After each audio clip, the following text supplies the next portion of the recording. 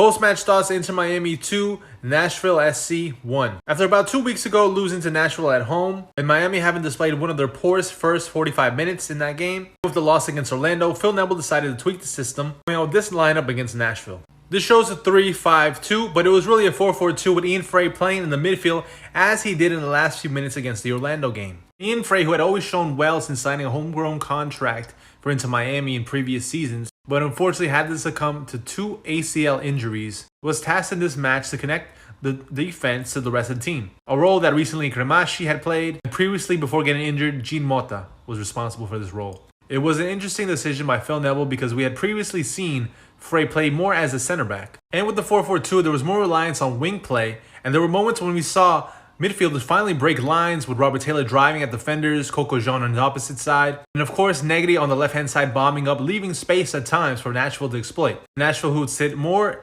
try to capitalize on Miami's mistakes. This was a Nashville FC side that was more mixed side. It didn't have Mahani Mukhtar start, yet was able to create problems for Inter Miami once they were able to break one line of defense. With various crosses and a Drake calendar that had to come up big up 2 times, especially against Aranda Leal. During a moment of transition, the defense was not able to return well. Almost had a 1-on-1 on calendar, and calendar quickly swatted it away. In possession, Inter Miami looked a bit more secure, and when building out of the back, suffered and exposed the weakness that this team has. And when Inter Miami tried to play out the back, it was when you showed that they really suffer at this. They try to build through Drake Calendar, exposes his weakness. Yes, he's very good with his hands, but has yet to take that next step and show that he's capable of playing with a side that really holds possession and can build possession through him. With many giveaways resulting in throw-ins for Nashville. Came to the striker, yes, there had been a disconnect in previous games. This game continued. I'd say in the last 2 games, Campana did not have his best performances. Yes, he did score against Orlando City, but that was a goal of how they say in otro partido, in another game. Campana on the day did well, served as the post to win the ball. Combined with Joseph Martinez, you could see that their chemistry is slowly building up. Still moments of confusion when Joseph tried to do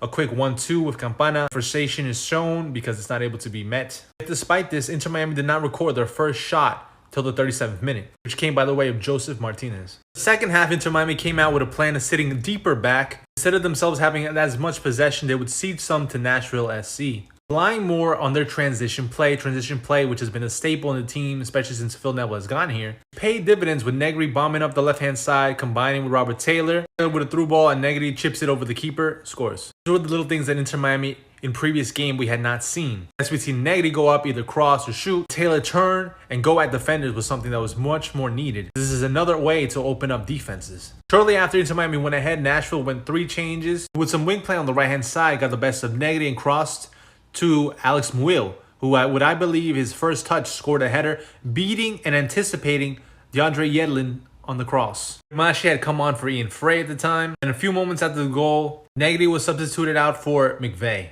adding more height to the defensive line to anticipation of crosses from Nashville from going forward. It was quickly stopped in what was the first weather delay here in South Florida at Dry Pink Stadium. And during that time, and it was expressed in the press conference after the game for Phil Neville that they were able to use that time to help recover and give more fluids to Campana, get a few more minutes out of him. A delay that lasted about 33 minutes. And when it started, Inter Miami had made a sub, which was Robert Taylor coming out for Stefanelli. Miami in their continued transition. So they go up quickly, find Stefanelli, who had a good touch and blasted into the back of the net, giving the Herons the 2-1 lead. In the 78th minute, we saw the inclusion of Schneider Borgelin for Campana. The game had relatively stayed the same. Thus, Inter Miami were able to advance for the first time in their history to the quarterfinals, which we now know they'll play against the Birmingham Legion away at their stadium. And what turned out to be a big victory after having previous defeats. Early in the season, having 6 games in a row being defeated. With mounting pressure online due to fans, certainly did well for Phil Neville and the team. A boost in morale with this victory and seeing what the club is able to accomplish this weekend against Montreal in Montreal.